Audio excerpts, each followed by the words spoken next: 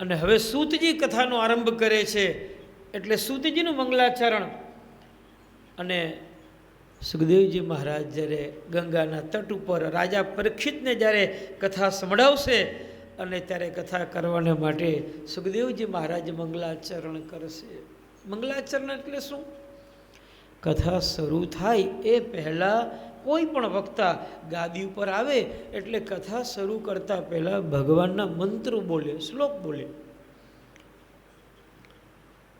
મંગલ ભગવાનનું સ્મરણ કરે અને પછી કથાનો આરંભ થાય છે.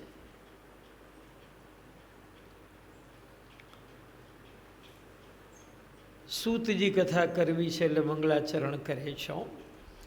યમ પ્રવરજંતમનુપે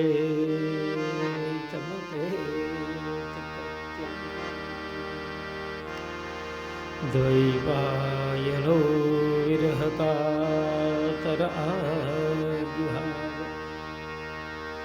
પુત્રેતિ તન્મયતયા તરવોభిનિંદુ સ્તં સર્વભૂતહૃદયં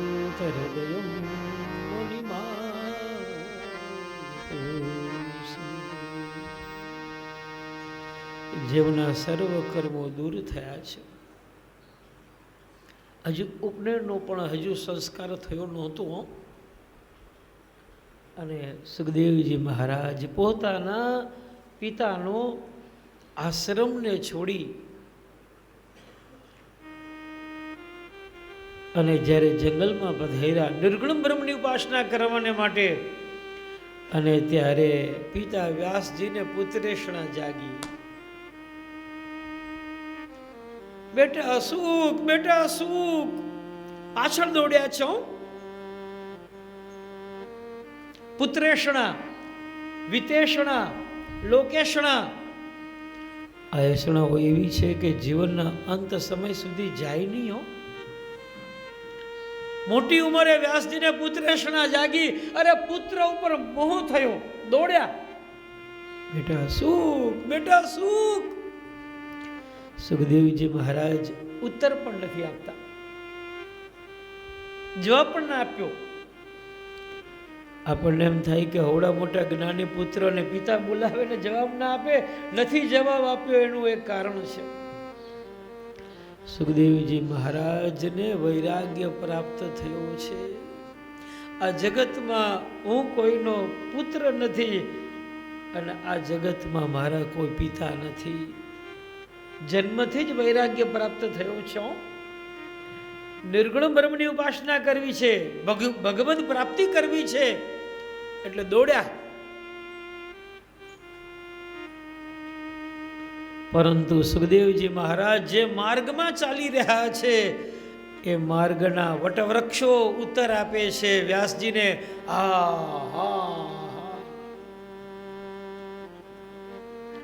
સમગ્ર પ્રાણી ભૂતમાં જે બિરાજમાન છે એવા સુખદેવજી મહારાજને હું નમસ્કાર કરું છું. બોલીએ સુખદેવજી મહારાજ કી. દ્વૈપાયનાદ સુકો જગનમ ભગવાન એવ શંકર. જો શંકર જ સુખ થઈને આવ્યા છે અને કથા તો શંકર જ કરી શકે ને. આ સુખદેવજી મહારાજ એ ભગવાન શંકરનું સ્વરૂપ છે. નારાયણમ નમસ્કૃત્ય નરમ ચૈવ નરોત્તમં દેવીમ સરસ્વતીમ વ્યાસં તતો જયમુદીરે. ભગવાન નરમાં ઉત્તમ નારાયણને પ્રણામ કરે છે. દેવી સરસ્વતીને વંદન કર્યા છે. વ્યાસજીને પ્રણામ કરી અને હવે સૂતજી કથાનો આરંભ કરે છે. શ્રુશ્રુષોહો શ્રદ્ધાનસ્ય વાસુદેવ કથા રુચિ. આ કથા કોણ સાંભળશે? બધા નહીં હો. જેણે બ્રાહ્મણોની સેવા કરી હશે, જેણે પૂર્વ જન્મમાં તીર્થાટનો કર્યા હશે, જેણે યાત્રાઓ કરી હશે, જેણે મહાપુરુષોના ચરણને સેવ્યા હશે એને ફલ સ્વરૂપ કથા સાંભળવાનો મોકો મળશે. હજુ તો મોકો જ મળશે હો. અને જો કથા સાંભળી ભેદ્યતે હૃદય ગ્રંથિ છિદ્યતે સર્વ સંશયા. આ જે ગ્રંથિઓ છે, કામ ક્રોધ લોભ મોહ મત્સર અભિમાન અવિદ્યા, આ બધું છૂટી જવાનું. દુષ્ટ કર્મ હશે તો એનો નાશ થશે અને જીવને ભગવદ પ્રાપ્તિ થશે, જીવનું કલ્યાણ થશે. વાસુદેવ પરાવિદા વાસુદેવ પરામથા વાસુદેવ પરાયોગા વાસુદેવ પરાક્રિયા. વેદ ભગવાન વાસુદેવનું સ્વરૂપ છે.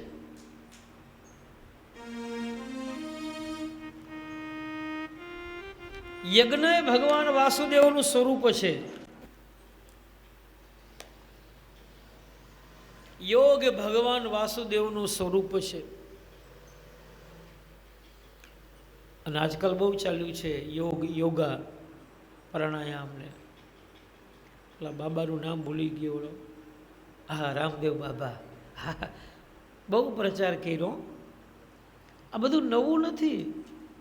એ તો આપણે ભૂલી ગયા હતા. પતંજલિ નામના ઋષિ થઈ ગયા છે અને એમણે આ જગતને યોગ ને પ્રાણાયામ અને એનો પ્રચાર આ અત્યારે કલિકાલમાં રામદેવ બાબાને પ્રભુએ નિમિત્ત બનાવ્યા અને બહુ ચાલ્યું છે હમણાં તો.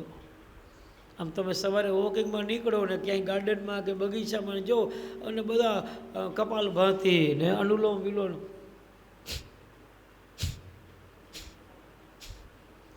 બહુ સારી વસ્તુ છે, પણ જે જાણે છે એને જાણવું પડે હો, ગમે તેમ ન ચાલે. કેમ તો કે યોગ એ ભગવાન વાસુદેવનું સ્વરૂપ છે, સારી વસ્તુ છે. ક્રિયા એ ભગવાન વાસુદેવનું સ્વરૂપ છે. જ્ઞાન એ ભગવાન વાસુદેવનું સ્વરૂપ છે. તપ એ ભગવાન વાસુદેવનું સ્વરૂપ છે. ધર્મ એ ભગવાન વાસુદેવનું જ સ્વરૂપ છે. ઘણા લોકો બીજું બધું કશું ભલે ન કરે પણ ધર્મ ઘણા રાખ્યા કે ભાઈ ઘરમાં ધર્મ તો પાળવાનો. ધર્મો રક્ષતિ રક્ષા.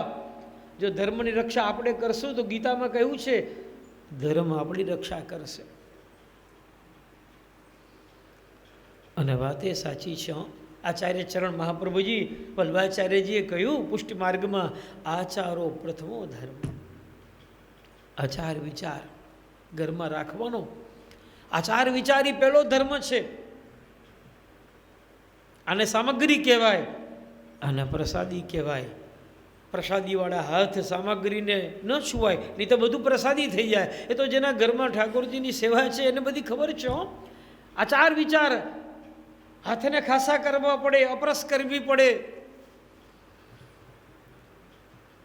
એટલે ધર્મ પાળવાનો છે. અને જેના ઘરમાં ધર્મ નથી પાળાતો ત્યાં ઠાકોરજી બિરાજતા નથી. ધર્મ તો પાળવાનો. ઘણા બહેનો બહાનું કાઢે, મહારાજ પછી એ ધર્મ પાળવાની વાત કરો છો, અમારે ઘરે બીજા કરવાવાળા તો હોવા જોઈએ ને. અરે ગમે તે હોય, પ્રભુ ઘરમાં પધરાવ્યા છે તો તમે તમારા પતિને કદાચ એમ કહો કે ભાઈ બીજું કાંઈ નહીં, ઠાકોરજીને ખાલી દૂધ પધરાવી દો, 4 દાડા મારાથી પહોંચી શકાય એમ નથી, તો તમે દૂધ પધરાવીને પછી તમે નોકરી ધંધે જ્યાં જવું હોય ત્યાં જાઓ. તો શું ના પાડે પતિદેવ કે ના તમારા ઠાકોરજીને હું દૂધ નહીં પધરાવું? છે કોઈ એવો પતિ હોય કોઈ? એ તો રાજી થાય કે ચાલો મને આટલો સેવાનો મોકો મળ્યો. અરે કશું ન કરવા, ખાલી મિશ્રી પધરાવીને ચાલ્યા જાઓ. ચાલો દંડવત કરીને મારા ઠાકોરજીને ખાલી મિશ્રી પધરાવી દો. પણ કહેવાનો આશય ઘરમાં ધર્મ તો પડાવવો જ જોઈએ. જે ઘરમાં ધર્મ નથી પડાવતો ત્યાં ઠાકોરજી નિત્ય બિરાજતા નથી. બહુ અપરાધ લાગે છે, બહુ દોષ લાગે છે.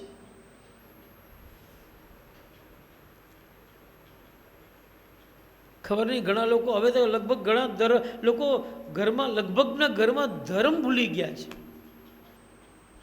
માસિક ધર્મ 4 દાડા બહુ અપરાધ લાગ્યો. એ હમણાં ખબર ન પડે, જ્યારે દુઃખી થઈએ ને ત્યારે એમ થાય કે આવું કેમ બને છે. અરે બનશે, કારણ કે આપણે ધર્મને ભૂલી ગયા છીએ. એટલે તો ભાગવતમાં લખવું પડ્યું, વાસુદેવ પરો ધર્મો. ધર્મ એ ભગવાન વાસુદેવનું સ્વરૂપ છે. પ્રભુના ચરણમાં મળનારી ગતિ એ પણ ભગવાન વાસુદેવનું સ્વરૂપ છે. સૌનક મહારાજનો પ્રશ્ન પૂછેલો ને કે પ્રભુના અવતારો કેટલા થયા છે? પ્રભુના 24 અવતાર થયા છે. આ 24 અવતારમાં પૂર્ણ અવતાર જો થયો હોય તો એક જ અવતાર પૂર્ણ અવતાર છે. એ તે ચાંગુષકલા પુંસઃ કૃષ્ણસ્તુ ભગવાન સ્વયં. ભગવાન શ્રી કૃષ્ણનો જે અવતાર છે એ પૂર્ણ અવતાર છે. બાકી બધા અવતારો તો એ ભગવાનના આવેશ અવતાર કહેવાય, કોઈ અંશ અવતાર કહેવાય. ભગવાન નરસિંહજી થાંભલો સ્તંભમાંથી પ્રભુ પ્રગટ થયા, પ્રહલાદજીની રક્ષા કરી, પાછા અંતર્ધ્યાન થઈ ગયા. કચ્છપ અવતાર ભગવાનનો અંશ કહેવાય.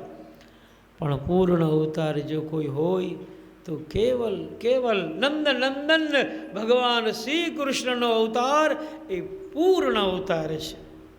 બોલ કૃષ્ણ કનૈયા લાલ કી.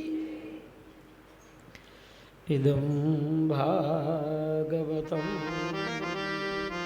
નામ પુરાણં બ્રહ્મ શ્રીમદ ભાગવત બ્રહ્મ સંબંધ કરાવે છે.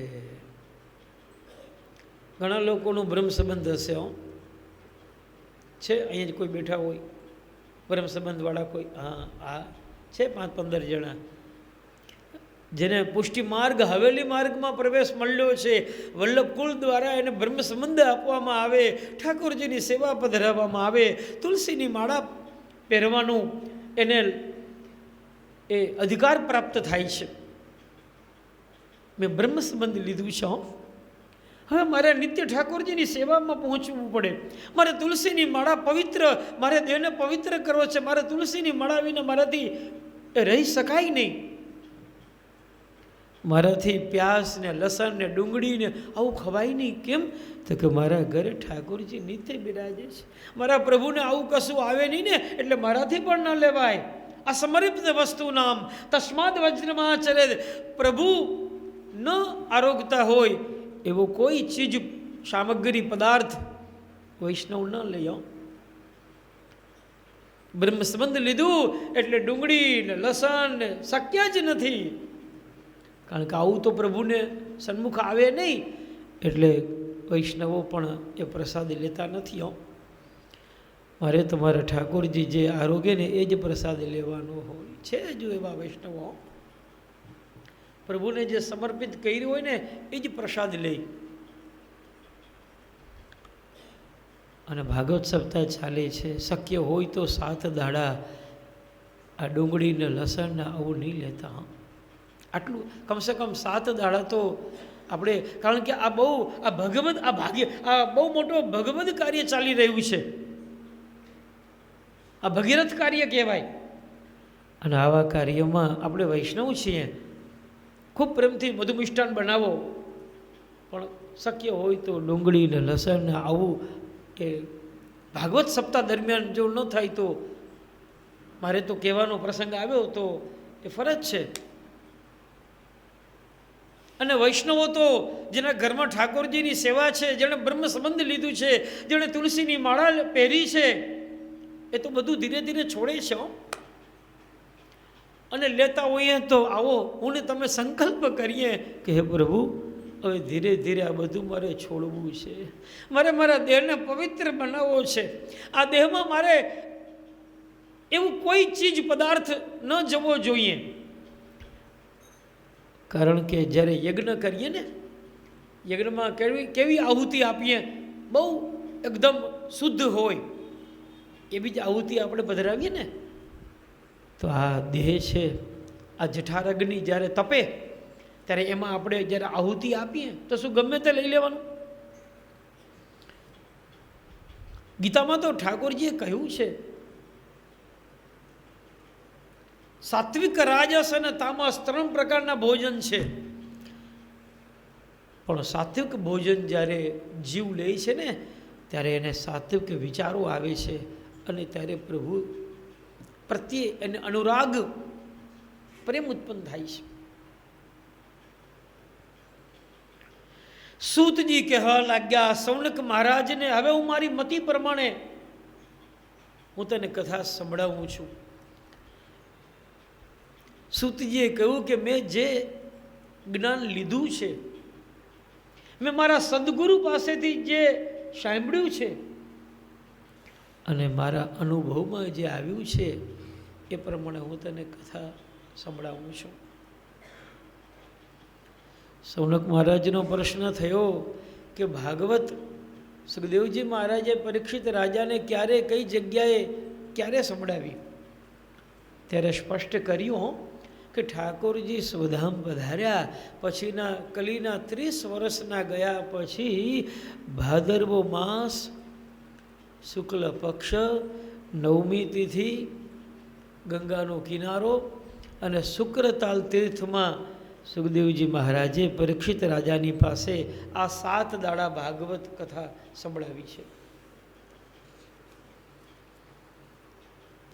જે લોકો ગયા હોય એને ખબર છે, દિલ્હીથી હરિદ્વાર જઈએ અને રસ્તામાં મુઝફ્ફરનગર નામનું મોટું શહેર આવે અને ત્યાંથી થોડુંક જંગલમાં 10-15 કિલોમીટર આ શુક્રતાલ નામનું તીર્થ છે. આજે પણ ત્યાં વડલો છે. 5000 વર્ષ પહેલાંનું વટવૃક્ષ આજે પણ છે, જે સ્થાન ઉપર સુખદેવજી મહારાજે રાજા પરીક્ષિતની પાસે ભાગવત કથા શ્રવણ કરાવી અને આજે પણ હજારો વૈષ્ણવો ત્યાં ભાગવત કરવાને માટે પણ જાય છે. ઘણા વર્ષો થયા. પિતાજીની સાથે બહુ નાના અમે જવાનો મોકો મળેલો. પિતાશ્રીએ ત્યાં ભાગવત પણ કરેલી. આમ ગંગાનો કિનારો તમને દેખાયો સામે. 5000 વર્ષ પહેલાનો વડલો કે જે વૃક્ષ નીચે સુખદેવજી મહારાજે કથા કરી છે. મોકો મળે તો જજો. જવું છે ને? હા તો પાડો. હા, જરા મનોરથ ઈચ્છા કરશો તો ઠાકોરજી કૃપા કરશો. આપણા પુષ્ટિ માર્ગમાં એક શબ્દ બહુ સુંદર છે, મનોરથ. માનતા નહીં લેવાની. શું કરવાનું? મનોરથ લેવાના. માનતા તો પૂરી ન થાય તો તકલીફ થાય, પરંતુ મનોરથ કદાચ ને પૂરો ન થાય તો હરિ ઈચ્છા અને પૂરો થાય તો હરિ કૃપા. એટલે તો અમારા વૈષ્ણવો મનોરથ લે કે મારે 84 બેઠકજીની દંડવત જારીજી ભરવા છે.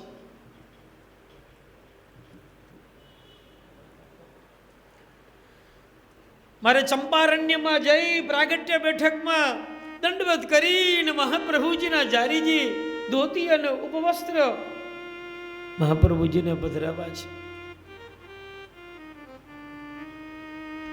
એવું મનોરથ લેજો કે મારે 84 કોષની બ્રજ યાત્રા લીલી પરિક્રમા કરવી છે. વલ્લભ કુલ સંઘ હોય, સાથે બિરાજતા હોય અને 84 કોષ લીલી પરિક્રમા થાય, લગભગ 1.5 મહિનો લાગે.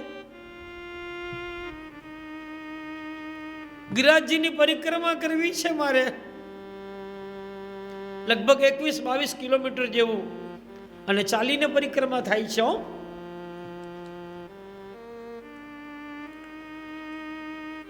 પ્રાણ નીકળી જાય ને એ પેલા મનોરથ લેજો કે મારે ભાગવત સપ્તાહ સાંભળવી છે. મારે યમુનાજીમાં વિશ્રામ ઘાટ ઉપર જઈને યમુના પાન કરવા છે. ભાઈ બીજનો દાડો હમણાં તો ગયો, હમણાં તો સુંદર મજાનું મુહૂર્ત હતું. યમવિદ્યા ભાઈ બીજનો દાડો ને ભાઈ બહેન સાથે જ્યારે સ્નાન કરે, યમુના પાન કરે, મારે ગંગા સ્નાન કરવું છે, મારે યમુના પાન કરવું છે, આ બધું ક્યારે કરશું? કમસે કમ મનોરથ તો લ્યો. અને હરિની કૃપા થાય તો મનોરથ પૂરા પણ થાય. હો, મારે નાથદ્વારમાં જઈને, મેવાડમાં જઈને શ્રીનાથજીને પ્રણામ કરવા છે. કેટલો સમય થઈ ગયો, શ્રીજી બાબા કેમ મારી ઉપર કૃપા નથી કરતા? મારી ઉપર પ્રભુ કેમ નારાજ થયા છે?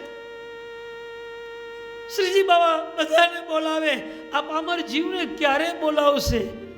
આવી જ્યારે વેદના થાય ને ત્યારે શ્રીજી બાબા કૃપા કરે. જ્યારે તાપ થાય અંદર કે પ્રભુ એક વખત તો બોલાવ. આમ નામ ઘરમાં પડ્યો છું, આમ નામ પૈસા કમાવામાં મારો સમય ચાલ્યો ગયો, ખબર ન પડી 50, 60, 70 વર્ષ ચાલ્યા ગયા. સંસારમાં કુટુંબનું ભરણ પોષણ કરવામાં બધું જ મારું ચાલ્યું ગયું, પૈસો ભેગો કરવામાં. ખબર નહીં શરીર ચાલે છે તો એક વખત દર્શન કરવા છે. આવી જ્યારે પ્રાર્થના હૃદયથી થાય ને ત્યારે જરૂર શ્રીજી બાબુ કૃપા કરે. હો, કેમ ના કરે?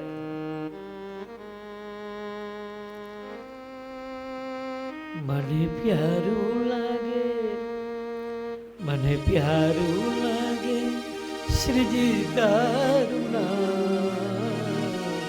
તન મન ધન શ્રીજીના ચરણોમાં, હે તન મન ધન શ્રીજીના ચરણોમાં, હે મેં તો છોડી દીધા,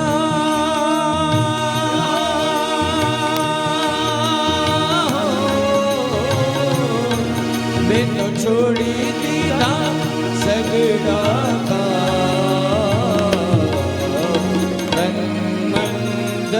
શ્રીજીના ચરણોમાં, ચરણોમાં તન મન ધન શ્રીજીના ચરણોમાં. શ્રીનાથજી, શ્રીનાથજી, શ્રીનાથજી, શ્રીનાથજી, શ્રીનાથજી,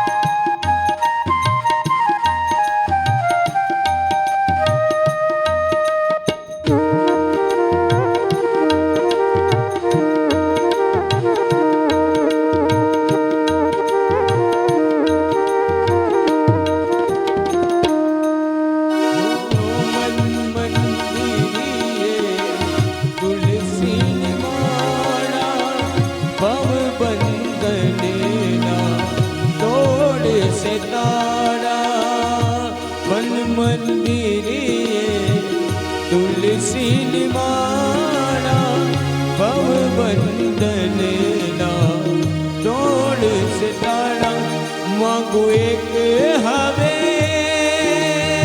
હો માંગુ એક હવે તારો રે આધાર તન મન ધન શ્રીજીના ચરણોમાં તન શ્રીજીના ચરણોમાં મને પ્યારું લાગે હો મને વાલું લાગે વાલા તારું નામ તન મન ધન શ્રીજીના ચરણોમાં તન મન ધન શ્રીજીના ચરણોમાં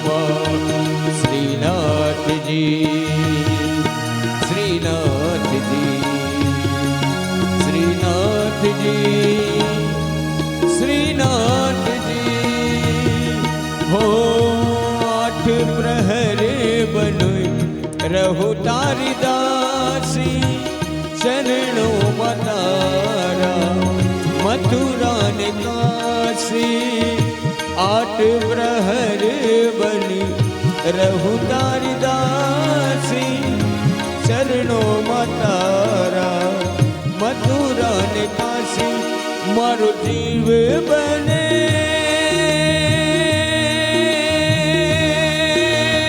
હો મારો ઘર બને રૂડું રજદા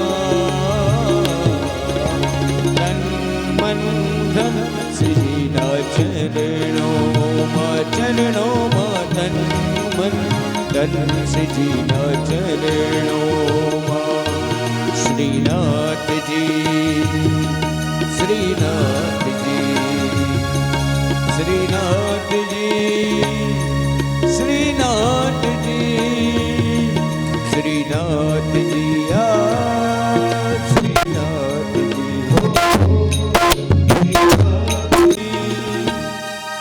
શ્રીનાથજી બોલ ગિરિરાજ ધારણ કી જય. જીવ જ્યારે ઠાકુરજીને પ્રાર્થના કરે ત્યારે શ્રીજી બહુ કૃપા કરે હો.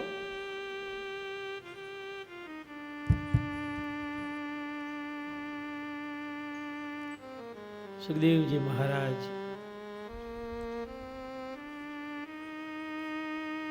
રાજા પરીક્ષિતની પાસે શુક્રતાળ તીર્થમાં 7 દાડા પોતાના નિયમને પણ છોડી અને ભાગવત સપ્તાહ શ્રવણ કરાવી છે. જાણો છો સુખદેવજી મહારાજનો શું નિયમ હતો?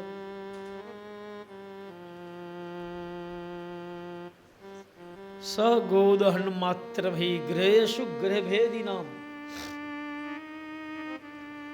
ગાયને ધોતા જેટલો સમય લાગે આટલો જ સમય એક ગ્રસ્તને ત્યાં સુખદેવજી મહારાજ રોકાય.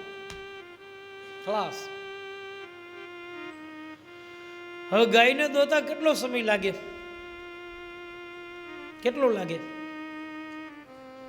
વધારે દૂધ આપતી હોય તો 10, 15, 20 મિનિટ લાગે. ગાયને દોહતા જેટલો સમય લાગે આટલો જ સમય સુખદેવજી મહારાજ ગ્રસ્તને ત્યાં રોકાય, જગ્યા છોડી દે. કેમ?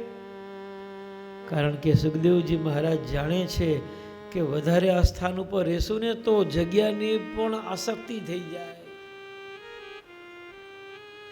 કોઈ બેન રોજ એક જગ્યાએ કથા સાંભળતા હોય અને મોડા આવ્યા હોય અને કોઈ બીજું બેસી જાય તો ઊભા નથી કરતા, એ છી છી અહીં તો મારી જગ્યા છે.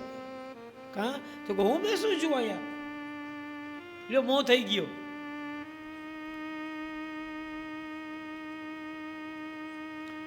આવો કઠિન કઠોર નિયમ, પણ 7 દાડા આવો કઠોર નિયમ છોડીને એક જગ્યા ઉપર 7 દાડા રહ્યા હો સુખદેવજી મહારાજ. કેમ? જગતનું કલ્યાણ કરવું છે. અને 7 દાડા ગંગાના તટ ઉપર રહી અને સુખદેવજી મહારાજે પરીક્ષિત રાજાને ભાગવત સંભળાવી.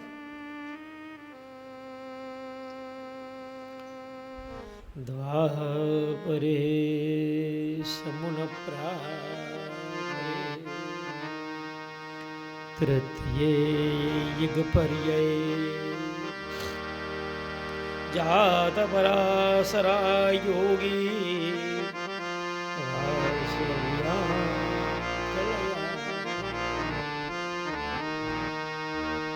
ત્રીજી વખતનો જ્યારે દ્વાપર યુગ આવ્યો ત્યારે પરાશર ઋષિને ત્યાં વ્યાસજીનું પ્રાગટ્ય થયું છે. વ્યાસજી એ જ્ઞાન અવતાર છે. વેદ, શાસ્ત્ર, પુરાણ, ઉપનિષદોની રચના કરી.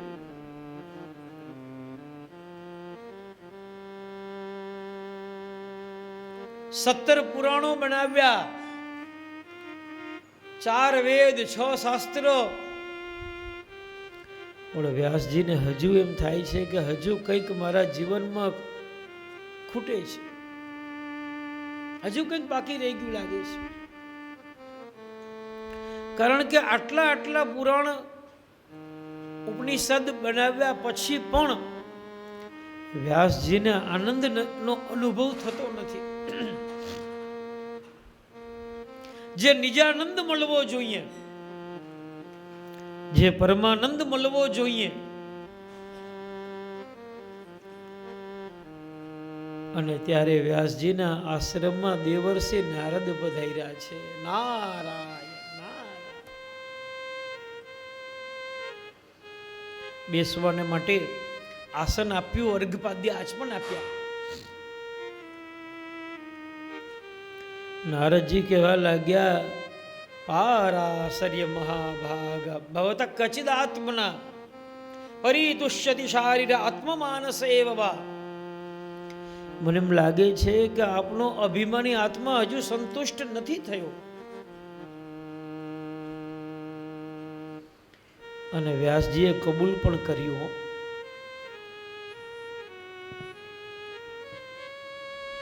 વ્યાસજી કહેવા લાગ્યા કે આટલા પુરાણ બનાવ્યા પછી પણ મને એમ લાગે છે કે હજુ કંઈક બાકી રહી ગયું લાગે છે. અને ત્યારે દેવર્ષિ નારદ વ્યાસજીને જ્ઞાન આપે છે. દેવર્ષિ કહેવા લાગ્યા કે તમે આટલા પુરાણો બનાવ્યા, પણ કોઈ એવું પુરાણ નથી બનાવ્યું કે જેમાં નંદ નંદન યશોદ સંગ લાલિત ભગવાન શ્રી કૃષ્ણનું કઈ ગુણાનુવાદ તમે ગાયા હોય. હવે એવા પુરાણની રચના કરો કે જેના દરેક અધ્યાયમાં ભગવાનના લીલાનું વર્ણન હોય. એવી કથા કરો કે વૈષ્ણવોને કનૈયો દેખાયો. અને ત્યારે વ્યાસજીએ કબૂલ પણ કર્યું.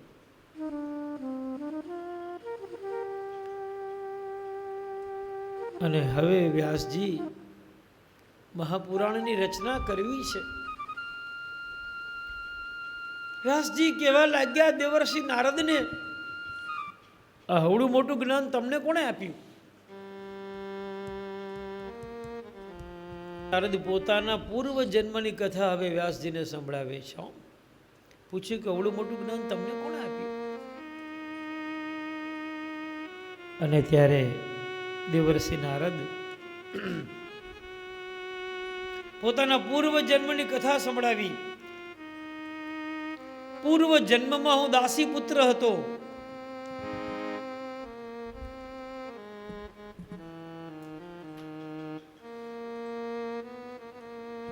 અમે ક્ષુદ્ર હતા. એક દાડો દેવર્ષિ નારદ કહેવા લાગ્યા કે અમારા ગામમાં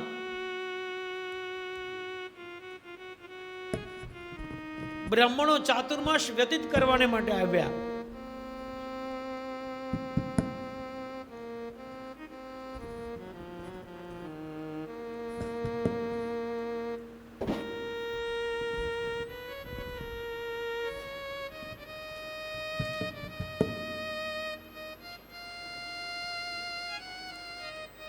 દેવર્ષિ નારદ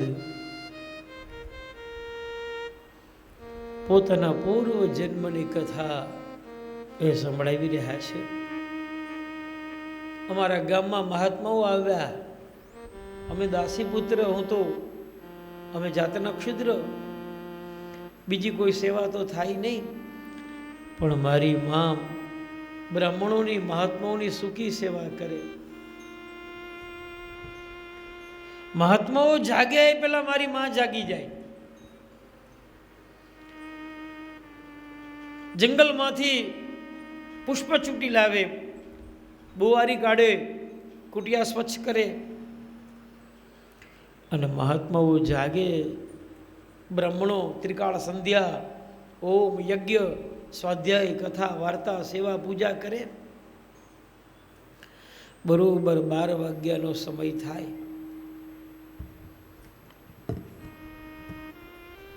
એટલે મહાત્માઓ બ્રાહ્મણો મહાપ્રસાદ લેવાને માટે જ્યારે બેસે એટલે મારી માં મને દૂર લઈ જાય કે ચલ બેટા બ્રાહ્મણો પ્રસાદ લે છે, આપણાથી ઉપર ઊભાય નહીં.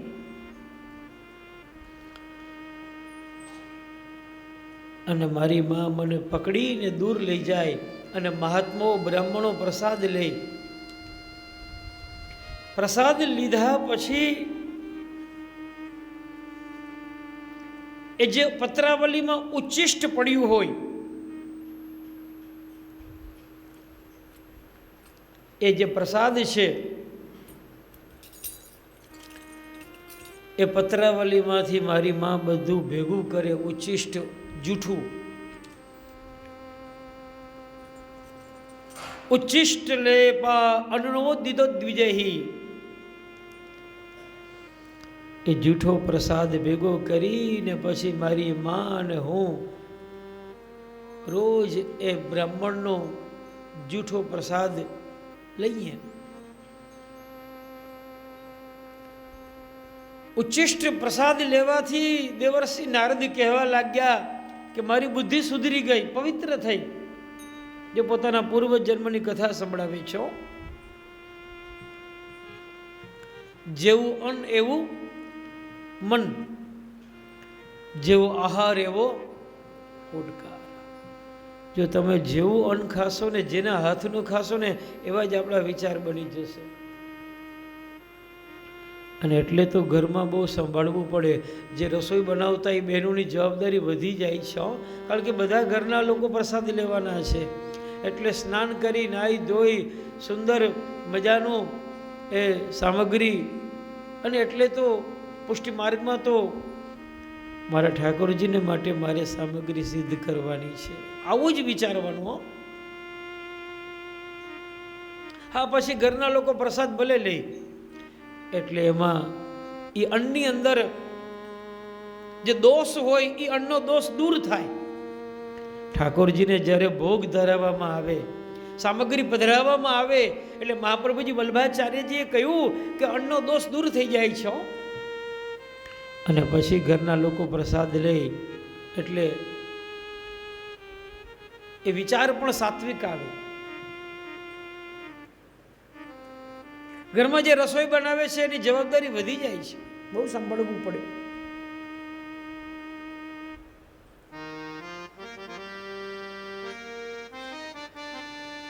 જેના ઘરમાં ઠાકોરજી નથી બિરાજતા, ઘણા લોકો આઈની આપણી વાત નહીં હો, ઘણા બહેનો નાહ્યા પહેલા જ બધું રસોઈ બનાવી લે. કેમ તો કે બધું નિરાતે નાસું ધોશે, પહેલા બધું પૂરું કરો. અરે મારી માં, પણ આમ ન ચાલે.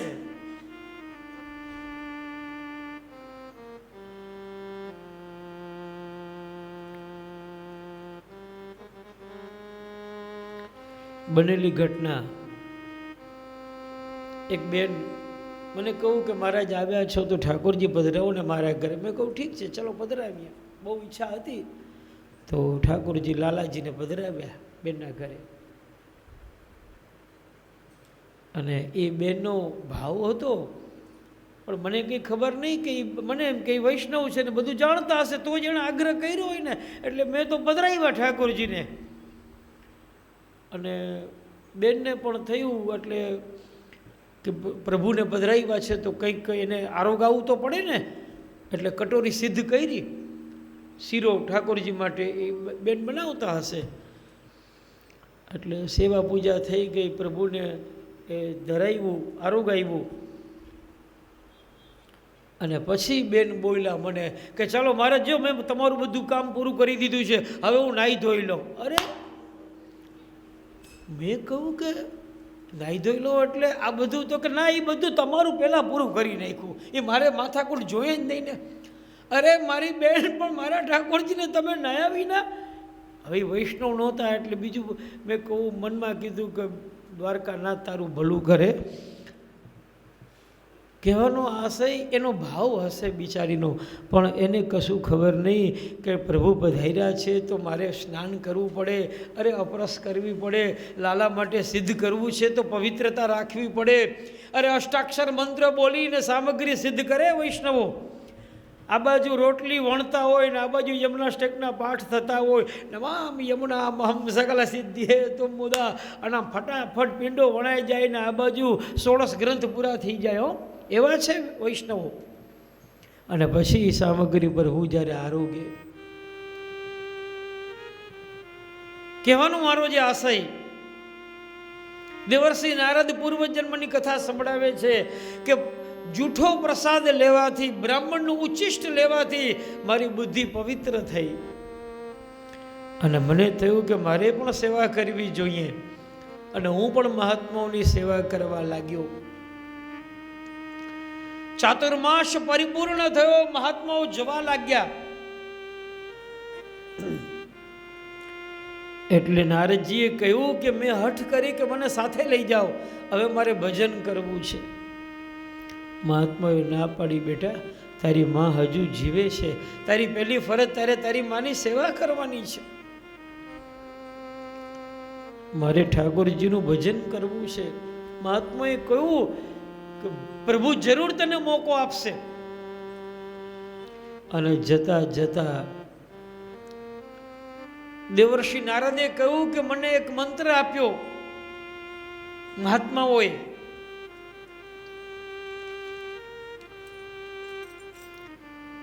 નમો ભગવતે તુભ્યં વાસુદેવાય ધીમહિ પ્રદ્યુમ્નાય અનિરુદ્ધાય નમઃ શંકર્ષણાય ચ. જે મંત્રમાં ઠાકોરજીના 4 વ્યૂહનું વર્ણન છે. અને મહાત્માઓ ત્યાંથી જતા રહ્યા. એક દાડો મારી માં મધ્યરાત્રિએ ગૌશાળામાં ગયા, સર્પે દંશ આપ્યો અને અનાયાસે મારી માનું મૃત્યુ થયું. એક પલને માટે તો મને બહુ દુઃખ થયું કે હવે મને કોણ કહેશે કે ચાલ પ્રસાદ લઈ લો. બીજી જ પલે હું સાવધાન થયો કે જે થયું એ સારું થયું. માના માટે જે કંઈ ઉત્તર ક્રિયા હતી એ કરી અને હું ઘર છોડીને ગામડાઓ ઓટાવી ગયો, નેસડાઓ ઓટાવી ગયો, નદી ઓળંગી ગયો, પર્વત ઓળંગી ગયો, ઘોર જંગલમાં જઈ અને બ્રાહ્મણોએ, મહાત્માઓએ જે મને મંત્ર આપેલો એ મંત્ર દ્વારા મેં તપશ્ચર્યા કરી, તપ કર્યું. આકાશવાણી થઈ કે હજુ તપ અધૂરું છે અને મેં ફરીને પાછી તપશ્ચર્યા કરી અને ફળ શું મળ્યું? બીજો જન્મ સીધો બ્રહ્માના પુત્ર નારદ તરીકે થયો. વિચાર તો કરો, ક્યાં ક્ષુદ્ર દાસી પુત્ર અને ક્યાં બ્રહ્માના પુત્ર નારદ. અને હવે તો જગતમાં વિચરી શકે એવી તાકાત પ્રભુએ આપી. એક દાડો હું વૈકુંઠમાં ગયો.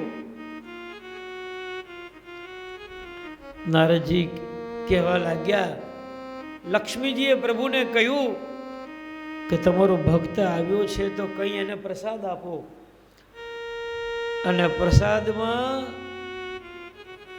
ભગવાને મને તંબુરો આપી દીધો કે લ્યો મારા નામનો તારે પ્રચાર કરવાનો. અને ત્યારથી દેવર્ષિ નારદ નારાયણ નારાયણ જય ગોવિંદ હરે, નારાયણ નારાયણ ગોવિંદ હરે, નારાયણ નારાયણ જય ગોવિંદ હરે, નારાયણ નારાયણ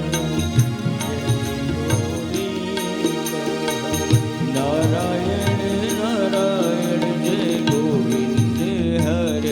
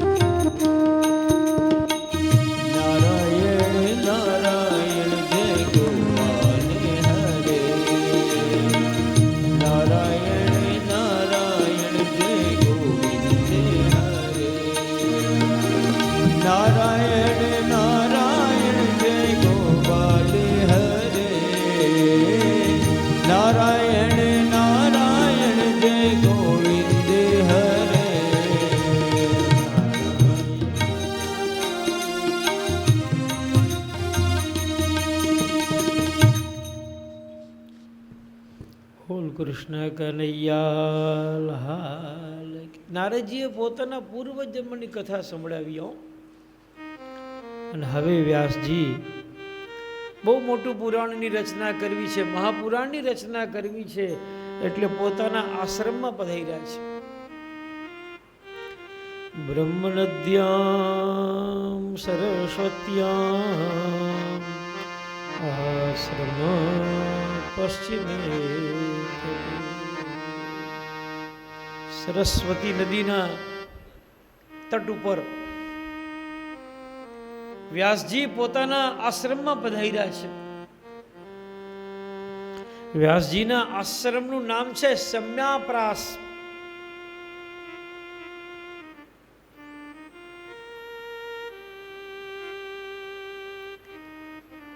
આજે પણ વ્યાસજીનો આશ્રમ છે.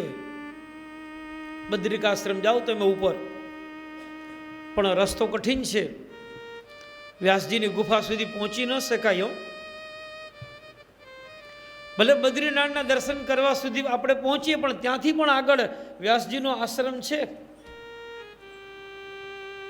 પણ લગભગ કોઈ પહોંચી શકે નહીં અત્યારે.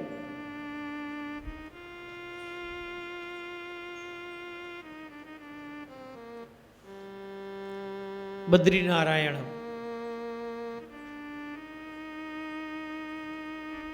કઠિન રસ્તો. જે લોકો ગયા હોય જરા હાથ ઊંચો કરે. બદ્રીનારાયણ હરિદ્વારથી ઉપર 10-12 કિલોમીટર ઉપર છે. 1-2 વર્ષ બદ્રીનારાયણ નથી ગયા? હા,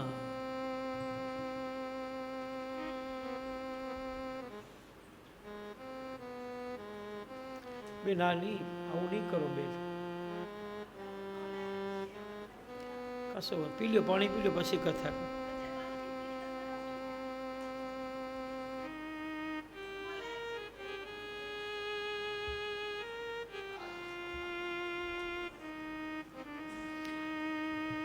તો પછી બપોરે એમ કહેશે કે ફલાર અહીંયા આપો અમને. ન ચાલે બેન, કશો વાંધો નહીં. ચલો,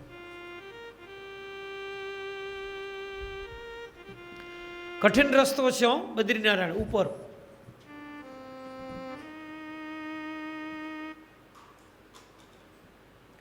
ત્યાં વ્યાસજીનો આશ્રમ છે અને વ્યાસજી ત્યાં પધાર્યા છે પોતાના આશ્રમમાં.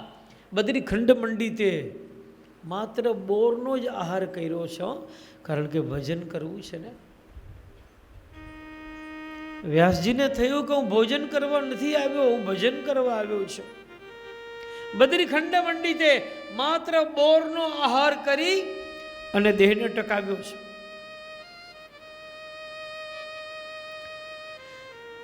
વ્યાસ નારાયણને ભગવત સ્મરણ થયું ને સમાધિ લાગ્યો.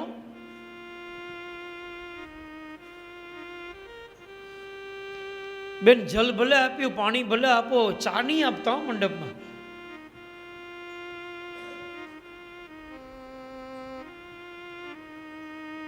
કોઈ પાણી પીવે એની મના નથી. પીવો, મને કશો વાંધો ન હોય, પીવું જ જોઈએ.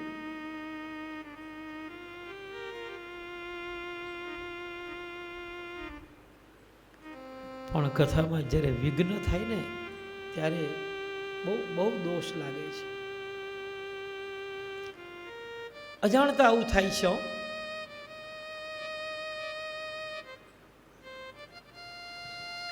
વ્યાસ નારાયણ બોરનો આહાર કર્યો છે અને તપ કર્યું છે. સમાધિ લાગી, સમાધિમાં ભગવત લીલાનું દર્શન કર્યું અને ગણપતિ બાપાને લેખક બનાવ્યા અને પોતે વક્તા બન્યા અને 4 મંત્ર ચતુર્શ્લોકી ભાગવત હતું એને વિસ્તાર કરી અને 18,000 મંત્રની રચના કરી. વ્યાસ એટલે વિસ્તાર. જે પ્રસંગ ભલે ને નાનકડો હોય પણ જે વિસ્તાર કરી શકે એને વ્યાસ કહેવામાં આવે છે. એટલે જ આ પીઠનું નામ શું પડ્યું? વ્યાસપીઠ.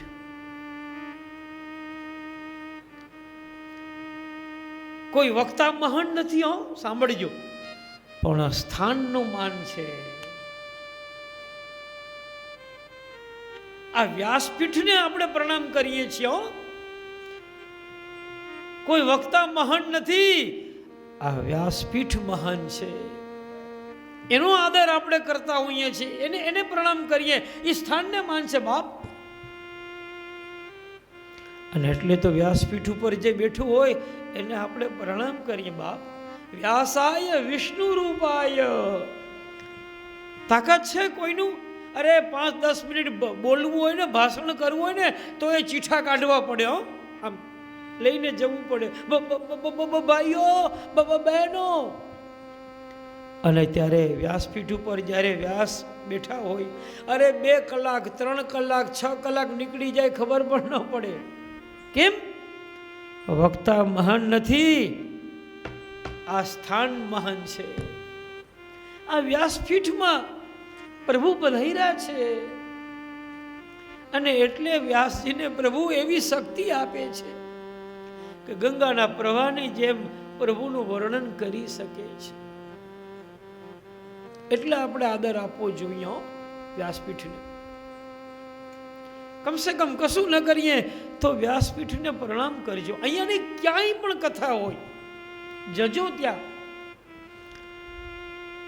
ચાલુ કથા એ નહીં, પણ કથા પૂરી થઈ જાય ને પછી જજો આગળ ભાગવતજી પાસે, પ્રણામ કરજો, એને પ્રણામ કરજો, વ્યાસપીઠને પરિક્રમા કરજો, વ્યાસજીને વંદન કરજો. બીજું તો શું કરી શકીએ?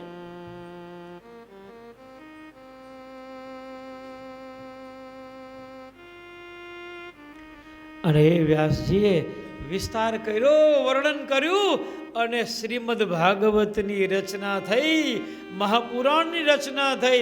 બોલીએ ભાગવત ભગવાન કી.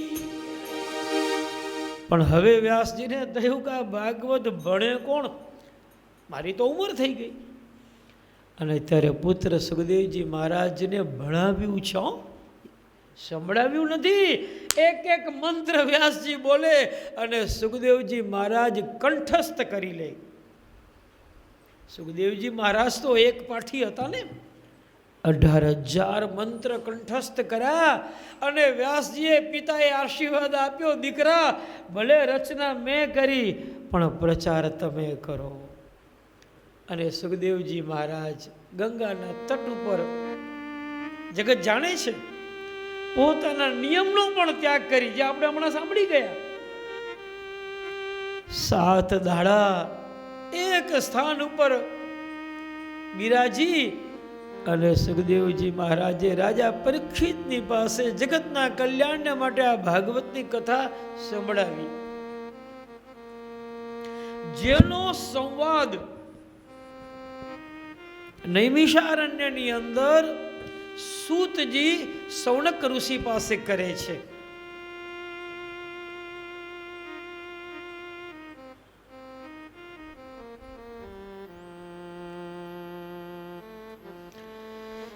યદા મૃધે કૌરવશ્રંજુયાના વિરે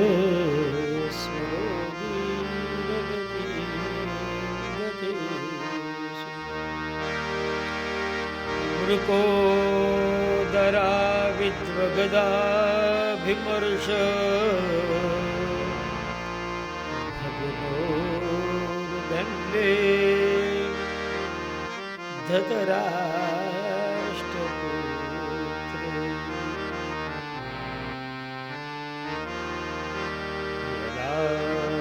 મૃધે કૌરવશ્રંજયાના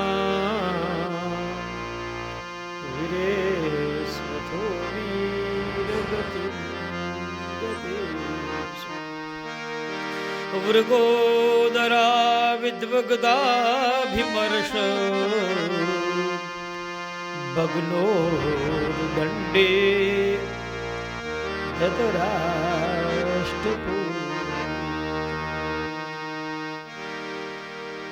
જો અહીંયા થોડી કથા મહાભારતની બતાવી છે.